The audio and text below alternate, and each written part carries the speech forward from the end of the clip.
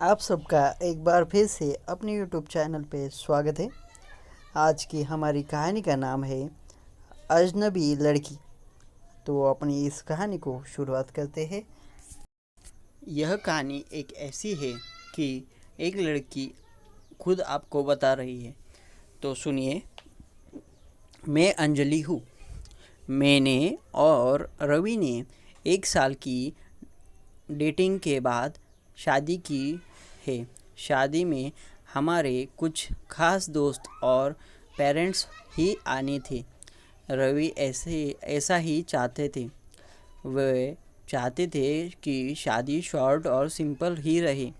हम लोग यहाँ बड़े शहर में काम करते हैं।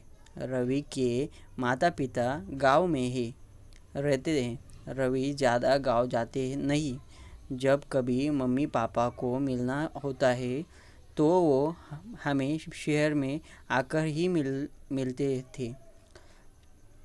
हमने एक छोटा सा घर भी यहाँ अपनी लोन पर लिया था। शादी के चल चलते मैंने अभी नौकरी छोड़ रखी है। हमारा घर रोड के साइड में ही है। खिड़की से रोड दिखाई देता है।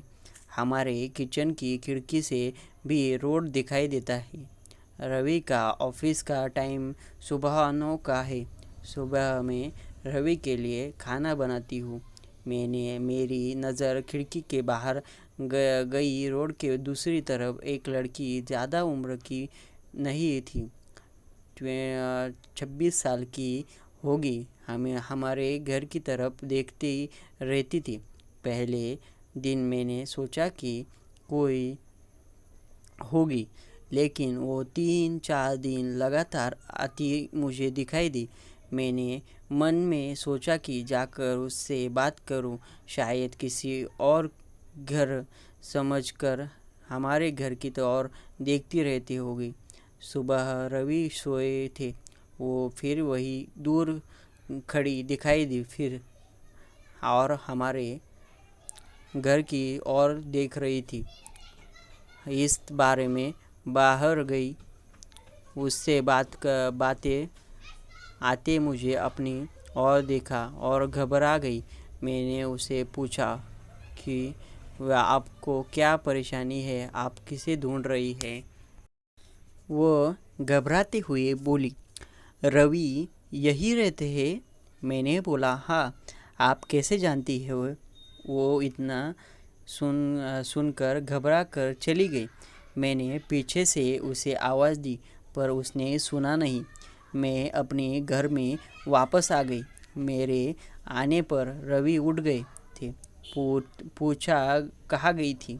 मैंने बोला, पता नहीं, एक लड़की है, वो हमारे घर की तरफ देखती रहती है। और मैंने जब जाकर उससे पूछा तो तुम्हारा नाम भी जानती है। तुम्हें किसी गोरी सी सुंदर लड़के को जानते हैं। रवि यह सुनकर भड़क गए। बोले, पागल हो क्या। कोई कुछ भी बोलेगा और तुम मान लोगी। लेकिन यह सुनने के बाद रवि के चेहरे का रंग ज़रूर उड़ गया था। मेरे भी दिमाग में कुछ कुछ चलने लगा। रवि जब शाम को आए तब मैंने इस विषय में कोई बात नहीं की। अगले दिन मैं सुबह उठी तो रवि पहले से उठ गए थे। मैं किचन में गई तो किचन की खिड़की लगी हुई थी और बड़ी मुश्किल से खोलने के पर खुलती थी। मैं कोशिश कर रही थी लेकिन ऊपर वाली कुंडी मुझसे नहीं खुल रही थी। हमेशा नीचे की कुंडी से खिड़की लगाती थी, लेकिन आज खिड़की की ऊपर वाली कुंडी भी लगी हुई थी। मैंने कैसे भी कुंडी खोली और खिड़की खोली तो मैं देखकर हैरान हो गई। रवि उस लड़की से वहाँ जाकर उससे बात कर रहे थे। वह उस पर चिल्ला रहे थे और गुस्सा कर रहे थे। लड़की रो रही थी और रवि ने उसे उंगली दिखा करते हुए जाने के लिए कहा। यह सब देखकर मैंने खिड़की बंद कर दी ताकि रवि को लगे नहीं कि मैंने उसे यह करते हुए देखा। रवि फिर घर में आ गए। मैंने ऐसे जताया जैसे मुझे कुछ पता ही नहीं है। अब मुझे ना जाने कैसे कैसे ख्याल आने लगे। रवि मुझसे क्या छिपा रहे हैं। मेरे रवि से शादी करके कोई गलती तो नहीं की। आखिर वो लड़की कौन है और रवि उस पे इतना गुस्सा क्यों कर रहे थे। रवि के जाने के बाद मैंने रवि के सारे दोस्तों को जिन्हें जिन्हें मैं भी उन्हें फ़ोन करके पूछा, लेकिन किसी को भी उसे लड़की के बारे में नहीं पता था। मेरी समझ नहीं आ रहा था कि क्या हो रहा है। रवि से पूछना चाहती थी, लेकिन मुझे पता था कि वो झूठ ही बोलेंगे। इसके बाद मैंने उस लड़की को घर के आसपास नहीं देखा। यह सब सोचते सोचते मेरी तबीयत बिगड़ गई। रवि मुझे बोलता था कि क्या हुआ, अपना ख्याल रखो, डॉक्टर्स के पास जाओ, लेकिन अब मुझे उसकी बातें बिल्कुल अच्छी नहीं लग रही थी। एक दिन जब मेरी हालत ज़्यादा ख़राब हुई तो मैं ऑटो लेकर पास के बड़े अस्पताल में गई और डॉक्टर से अपनी दवाई लेने के बाद मैं अस्पताल के पार्क में बैठी थी। अस्पताल में मुझे वो लड़की फिर दिखाई दी। उसे देखते ही जैसे मेरी बीमारी पता नहीं कहाँ भाग गई। मैं उसके पास तेज़ी से गई और कहा कि हाथ पकड़ के कहा और उसे बोला कि तूने मेरी ज़िंदगी में उथल पुथल का मचा दी है। बोल, उस दिन क्या बात कर रहा था रवि तुझसे? क्या रिश्ता है तेरा मेरे पति से? फिर उसने मुझे जो बताया सुनकर मुझे लगा कि मेरा पति ऐसा है। उसने इतनी बड़ी बात मुझसे छुपाई। शाम को रवि जब मैं आई तब उस लड़की को अपने घर में देखकर चौंक गए। मैं भी उसके पास ही बैठी थी। रवि उसकी तरफ देखकर बोले कि अच्छा, तो तूने इसे सब कुछ बता दिया।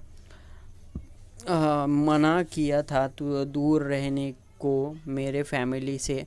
मैंने बोला, रवि शर्म करो, तुम इतने कठोर हो, अपनी सगी बहन की मदद नहीं कर रहे हो। वो लड़की संध्या थी, रवि की सगी बहन। उसने अपने पसंद के लड़के से शादी कर ली थी, इसलिए रवि और उसके परिवार ने उससे सारे रिश्ते तोड़ दिए थे। रवि ने कहा कि मेरी कोई बहन नहीं है। मैंने कहा उसका पति अस्पताल में है, इसे रुपयों की ज़रूरत है। बहन नहीं तो इंसानियत से नाते ही तुम्हें इसकी मदद करनी थी ना। और अपनी पसंद के लड़के से शादी तो तुमने भी की है। फिर जो नियम इसके लिए है, तुम्हारे लिए क्यों नहीं? मुझे पता होता तो तुम ऐसे सोच वाले हो तो तुमसे कभी शादी नहीं करती। जिसको बहन आंसू नहीं पिघलता सके, उस आदमी के सीने में दिल नहीं हो सकता। इतना कहकर मैंने अंदर से अपने सारे गहने लिए और संध्या के साथ जाने लगी। हमें जाते देख रवि फुट कर रोने लगा। संध्या भी उन्हें देख कर रोने लगी। रोते हुए रवि बोले, हमने इसे बहुत प्यार दिया। पापा ने, मम्मी ने, मैंने रानी बनाकर रखा, और यह ऐसे ही एक दिन बिना बताए घर से चली गई। हमारा प्यार तुमने नहीं देखा, इससे लिए मैं रात भर रोया भी। कहा होगी, कैसे होगी मेरी बहन। तब मैं इसे भाई और पापा की याद नहीं आई। अरे मुझसे कहती थी तुझे क्या करना है, ऐसे ही चली गई थी ना, अब क्यों आई है? बहन भी बोली, भैया मुझे लगा आप लोग नहीं मानोगे। इन दोनों भाई बहन को रोते देख मेरी आंखें भर आई। पर आंसू के साथ जैसे सारे गिले शिकवे खत्म हो गए। वो खुद अस्पताल गए संध्या के साथ। मम्मी पापा को भी बुलाया। दोनों ने बेटी को बड़े प्यार से गले लगा लिया। अब अस्पताल में संध्या के पति को की हालत बहुत अच्छी है। डॉक्टर कहा है कि जल्दी डिस्चार्ज हो जाएगा। रवि की आंखों में मुझे एक अलग सुकून अब देखने को मिल रहा है। रवि ने संध्या को कहा है, अब कुछ करेंगी तो माफ़ नहीं करूँगा। हमेशा मेरी प्यारी बहन के रहना। ज़िंदगी बहुत छोटी है। आपके अहंकार में इतना सुकून नहीं है जितना कि माफ़ कर देने में है। एक बार करके देखिए, ज़िंदगी बदल जाएगी। माफ़ी में बहुत ज़्यादा शक्ति है, यही बताया है इस कहानी में। हमें माफ़ करने चाहिए एक दूसरे को। अगर यह कहानी आप सबको पसंद आई हो तो इसे लाइक कीजिए और इस चैनल को सब्सक्राइब कीजिए और आपके दोस्तों के साथ यह कहानी शेयर कीजिए। और ऐसे ही मुझे सपोर्ट करते रहिए और ऐसी ही कहानियाँ सुनने के लिए मेरे साथ बने रहिए।